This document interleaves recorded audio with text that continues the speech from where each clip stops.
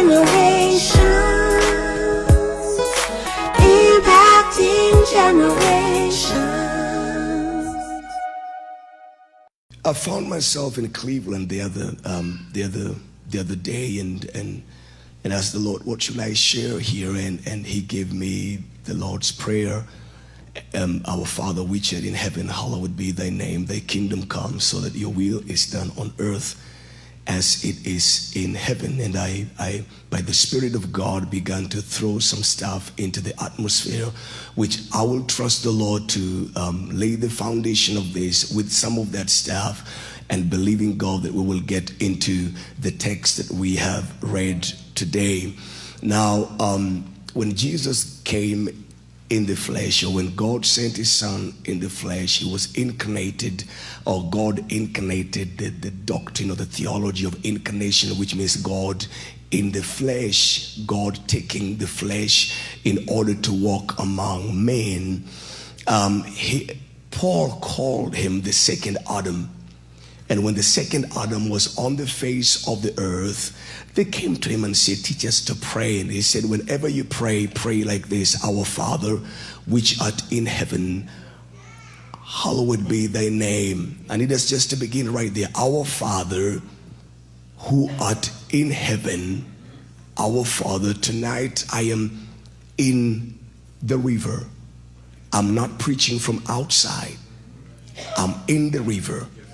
So our Father who art in heaven, in heaven, in heaven. It means there's a place called heaven, and our Father is in there. So our Father who art in heaven, hallowed be thy name, thy kingdom come, so that your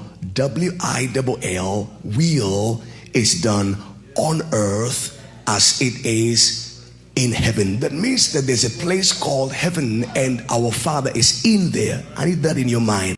Our Father is in there. Hallowed be thy name, thy kingdom come, so that your will is done on earth as it is in heaven. Done on earth.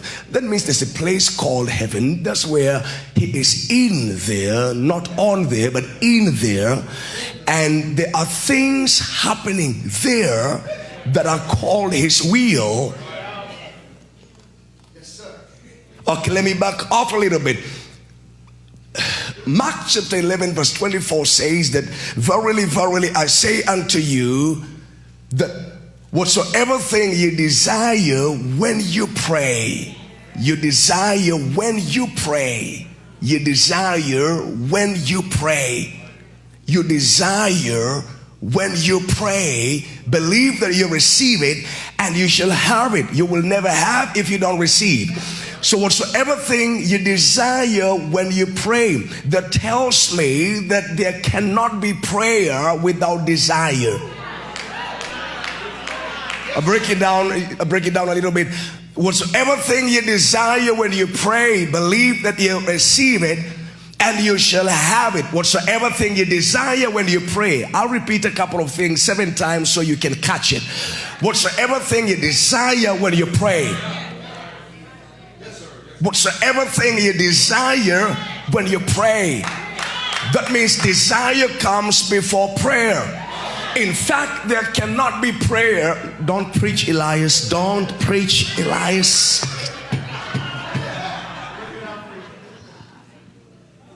You should stay away from the preachers. Whatsoever thing you desire when you pray, believe that you receive it, and you shall have it. Whatsoever thing you desire. That means the desire precedes prayer. It is the desire that becomes the bedrock for prayer. Some people call it burden. I have a burden to pray for you. Sometimes you go to bed, and can we just talk tonight? You go to bed and you're tired, you want to sleep, and then you remember somebody, and a desire comes.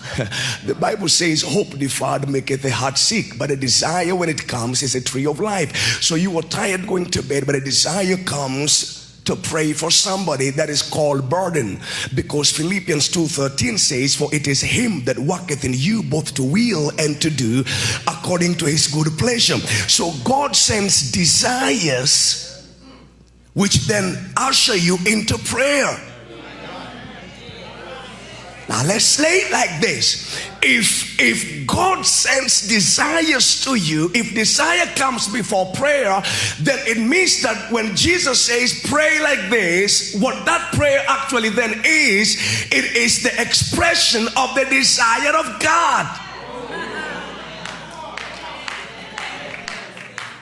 For he says, I don't do anything except what I see my Father do, neither do I say anything except what I hear my Father say. So let's settle this with all that I have said, that this prayer is not some religious stuff to be recited over and over.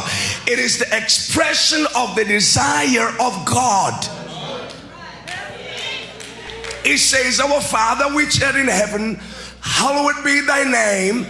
Thy kingdom. In fact, let me stay here so I don't follow some stuff that I wrote there, so I'm able to just talk to you from my heart. Yes, sir. I'll stay here for a while. I should take my time, 4 hours, right? Okay. So this prayer, he says, our Father who is in heaven, hallowed be thy name. Your kingdom come. And when this kingdom comes, your will is done on earth. Somebody shout on. As it is in heaven. Somebody shout in. There's just 2 words I need, on and in, and we'll try to connect the text. Your will be done as it is in. One more time. Your will be done as it is. Now our Father is and your will be done as it is. Good. Now that's good now. What that tells me, anybody with a shawl or some cloth, some cloth that you want to be used, this one down there, get me some cloth. Oh good, this will do. I'll give it back to you. I'll make sure I give it back to you.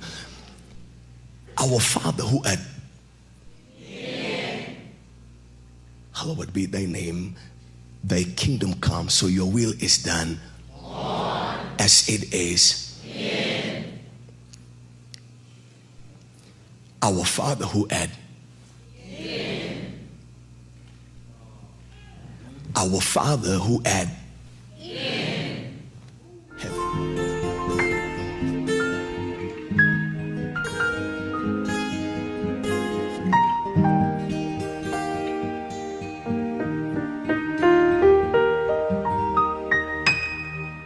Impacting generations.